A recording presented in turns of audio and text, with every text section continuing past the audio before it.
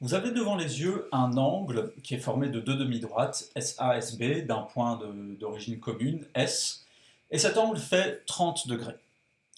Maintenant, en géométrie, si on s'intéresse par exemple à des rotations, euh, il est important de dire de combien on fait une rotation, est-ce que c'est 30 degrés, 45 degrés ou autre chose, mais il est aussi important de dire dans quel sens on tourne.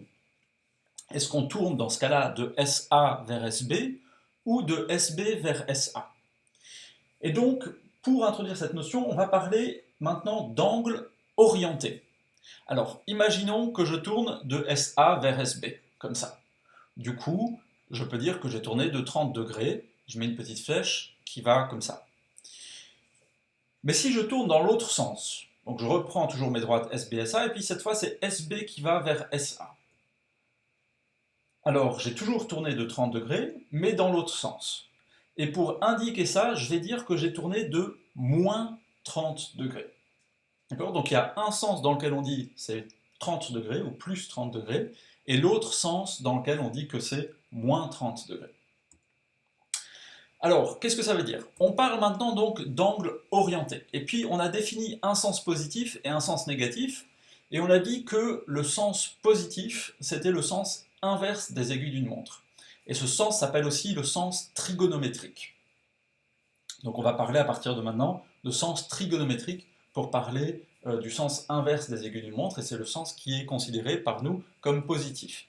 Donc, si je regarde les deux petits angles qui sont représentés ici en dessous, si je tourne de SA vers SB, c'est le sens positif, et puis on écrit comme ça, avec ce petit symbole ici qui représente un angle, on va de SA vers SB, et on dit que ça fait 30 degrés. Et puis si je tourne de SB vers SA, alors je note comme ça, je dis que ça fait moins 30 degrés. Puis vous remarquez que, alors c'est la même notation que tout à l'heure, sauf que bien sûr on a mis SB d'abord, parce qu'on va de SB vers SA ici. Donc on peut avoir des angles qui sont positifs ou des angles qui sont négatifs. Et ça, c'est une nouveauté. Et puis, ce qui est important à noter, c'est que finalement, il y a une différence entre, il y a une chose, c'est un angle. L'angle, c'est ces deux demi-droites et le point d'origine commune, S.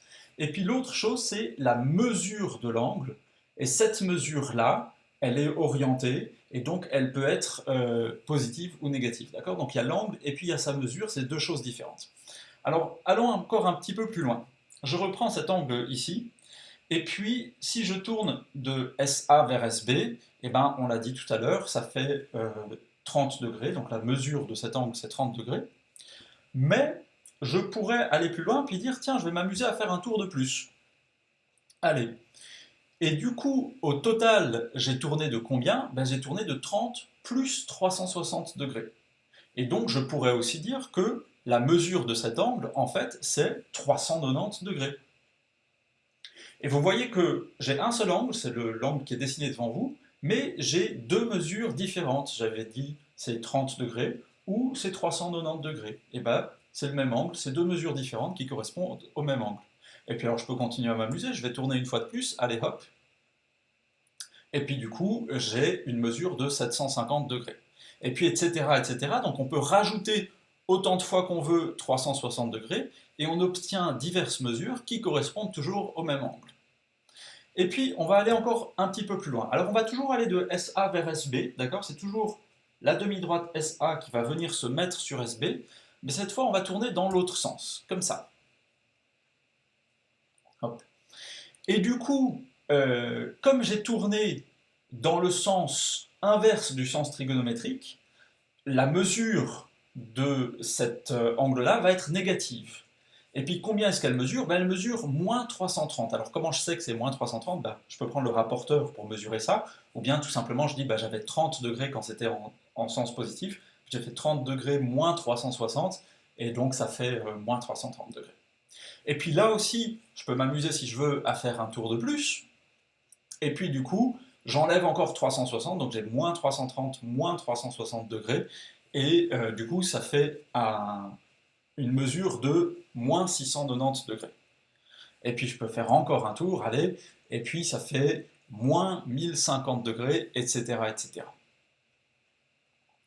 Donc si vous regardez maintenant l'exemple qui est à la page 3 de votre brochure, il est au milieu de la page 3, on nous demande de déterminer toutes les mesures en degrés de l'angle ci-dessous.